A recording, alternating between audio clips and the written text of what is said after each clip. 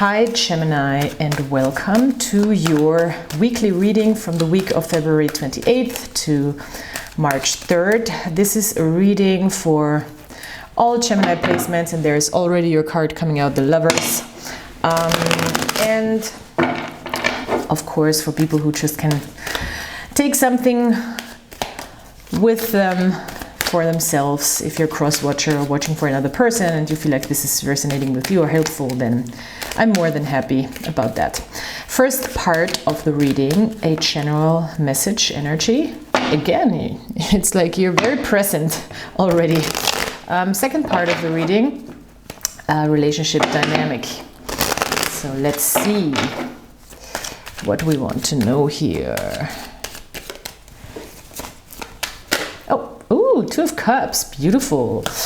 Well, love is in the air. The Two of Cups, a beautiful card, of course, especially when it comes to our close connections, people that are close to us, people that are maybe even in a relationship with us, a love relationship, a romantic relationship, but in general it's people that we are bonding with on a deeper level, that are giving us a sense of emotional connection, understanding, feeling like we are on a wavelength, we vibe with each other. That's all the Two of Cups. So it's really about having that love within yourself and also being able to share it with a specific person and also receiving back. So it's reciprocated. Again, can be romantic, of course, doesn't have to be, but maybe this is just major theme right now, that you're trying to live your relationships on a deeper level of connection. Yeah, that would make so much sense when you're moving away from the Eight of Cups into the Two of Cups, being like, okay, I need to move away from things that are not emotionally fulfilling anymore. I need to maybe move out of a sort of a stuck place emotionally that has had a lot to offer and to give, but now I do understand that stepping into a deeper connection with other people will be ultimately more fulfilling for me. A lot of emotions, wow. Lots of emotions.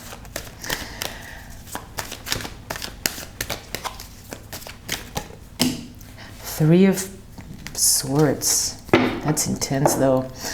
And the Libra card, the Justice card. So with the Three of Swords in this combination of cards, it becomes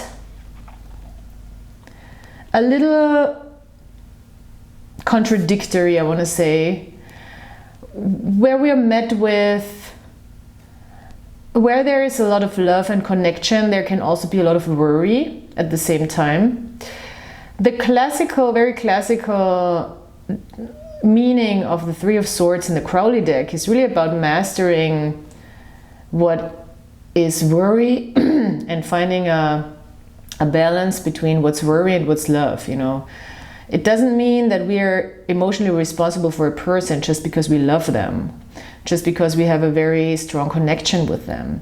And where is it that we can handle that type of energy? Where is it where we can step into our balanced self when it comes to diplomacy and relationships? And where is it where we can do the right thing also? And where is it where we have to rationalize maybe some feelings? Where is it where we maybe have to make a head over heart decision out of love for a person that might bring up some uncomfortable feelings or maybe trigger some wounds? And where is it where we have to find the togetherness still? This is, and the togetherness also on a more rational level, like how can we move forward together without getting too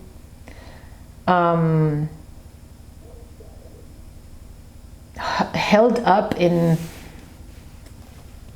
this sort of contradictory energy.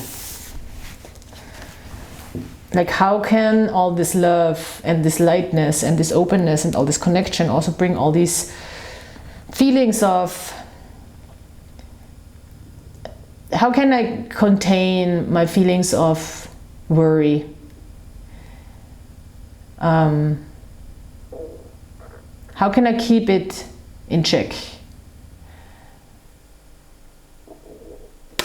So yeah, it's a balancing act. It's very graceful though with the Justice card. It's a very graceful way of navigating maybe relationships. It seems like a strong relationship reading here. Relationships of all sorts, but of course more relationships that also have to do with partnership, so working together with a person. This could also be the Justice card, and also contracts, like how can we find resolutions that really do work, you know?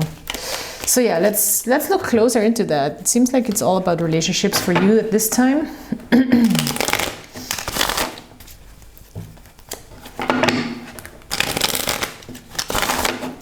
And also doing the right thing.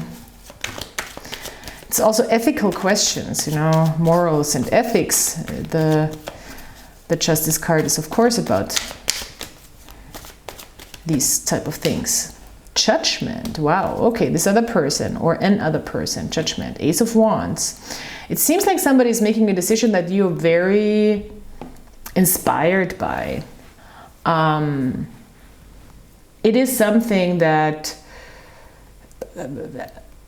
you can see also, I think, that you do have, it can ignite a spark in you, that somebody decides to move forward in a specific way. And it's very much inspiring you. And bringing out attraction towards this person. It's exciting, it's passionate, it's fun, it feels like something very new is happening here.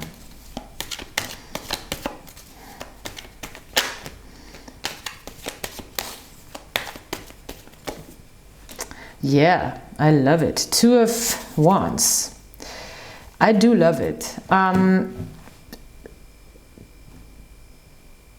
People who make clear judgments about situations or have a very clear vision on how to move into a next level of relating to you or a specific person is very much inspiring you to move forward with them and to actually start making things happen. The two of Wands for me is starting to make things happen. Having a plan, having control over the moment, doing the stuff that needs to be done for the next step, having that inspiration also of taking the next step, having the passion, having the fire, moving further into it, moving further into confidence also. Two of Wands is confidence, dominion over the moment, some sort of skill to know how to act or know how to take the next steps, or just acting actually. With the Eight of Pentacles in the reverse, I do have to say, oh wow, the Six of Wands. This is, with the Six of Wands, this is a very successful type of underlying energy. With the Eight of Pentacles though, it is about, maybe it's a little hard to find the focus, but it might not be about that right now. You know, it might not be about the hard work that we put into a relationship. It might not be about the chores and the work and the exhausting stuff or the discipline. It might be about the fun. It might be about the moment. It might be about the excitement of things. And it might be about the togetherness in that excitement and feeling it and accepting it and experiencing it together. Experiencing that passion. Experiencing the now. The now. It's very much about the now. The wands are very much about the now. And the Two of Wands are even more about the now. I do like this quote that I always have to think about when I think about the Two of Wands. I need to look it up. Whose quote is it? It's in front of my, it's not in front of me right now, but it's on my desk and I just forget the person who said it. Having control over the moment is having control over your life. And that's just such a good one, you know. It's like, if you can be in the now and make the decision in the now to feel good, mostly, and to allow, then it will build up to something. And I think this is what's happening here. Passion is building up to something. Okay, I love it. And it's not about the hard work right now. It's just about experiencing the moment. And it looks very exciting, to be honest. So yeah. Let's see an oracle card. Chaos and conflict. Well, okay, I didn't see that coming. Maybe you don't see it coming.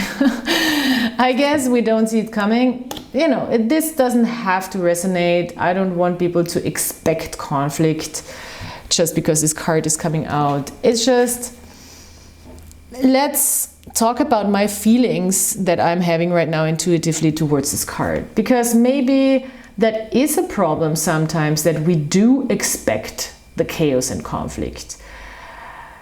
Subconsciously, like, it cannot be good if there is no, you know, it's too good to be true. And of course we're trained to think that something that is too good to be true is too good to be true, and often it is. And we have to be careful with certain personality types, of course, who will very much like get us into a place where it's really too good to be true, and that's sometimes dangerous people. I don't see that here at all. And it's also not that we need to expect something to be like problematic because right now it's too good to be true. It's more like, and that's maybe this worry, you know, the connection and the worry. But what if this doesn't work out? But what if, you know, it will teach you something either way, and it will probably teach you the strength of yourself either way, even if it doesn't work out. I had this experience not too long ago where it was like, in a relationship or a connection that didn't work out, and it felt very beautiful in the beginning. And while I was experiencing that time, I was always like, well, I'm just grateful for this, what I have right now in the moment. And I was talking a lot about the moment.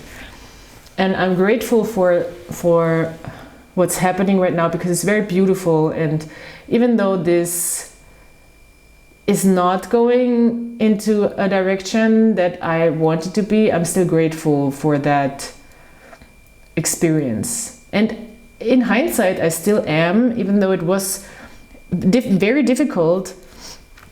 But I still am grateful for the whole experience, and it taught me so much about myself on such a profound level that I can't even, you know, I have to be grateful for that person in a way, and for that experience. So yeah, be mindful, of course. If you see the red flags, you know, if there's people who are just trying to invite in chaos and conflict, of course, red flag, red flag, red flag. But don't invite it in yourself. That's what I'm saying. You know, sometimes we subconsciously also do that. So yeah, this is an interesting reading, Gemini. Thank you so much for being here. Please like, subscribe, comment. And yeah, please consider subscribing seriously, because of course this is very helpful for me to grow this channel, and I'm really working hard on trying to grow this channel for years, and it's very difficult, I have to tell you, especially when you're not 100% on time with readings, and sometimes you need to take a break because you're doing other stuff. I'm also an artist, a musician, trying to be as regular as possible with my readings, but sometimes I just have to take a break because I have projects that I'm working on and it's just not happening as regularly as I wish it would be. So yeah, if you please, as I said, I'm trying to make content as regularly as possible, and I'm trying to keep up with it, and I'm also trying to change that right now and commit more to that. But still, you know, it would help me move forward if you subscribe, if you like, if you leave me a comment, because it gets discouraging, you know, when the growth is not there. And I'm venting a little bit. I'm sorry, Gemini, that you're the people who are hearing this right now, but it really is somewhat frustrating when you're doing this for years and years and years, and you're just not breaking through the algorithm for some reason, because you might not be your most conventional reader, or you might not only give the most luckiest and happiest of romantic or dramatic romantic relationship advices. So yeah, if you enjoy these readings, if you think they're good and helpful, please subscribe, comment, share, and I'd be eternally grateful if you help me push these readings a little more on YouTube. So thank you so much for listening to me, and yeah, I hope you'll be back next time. So bye.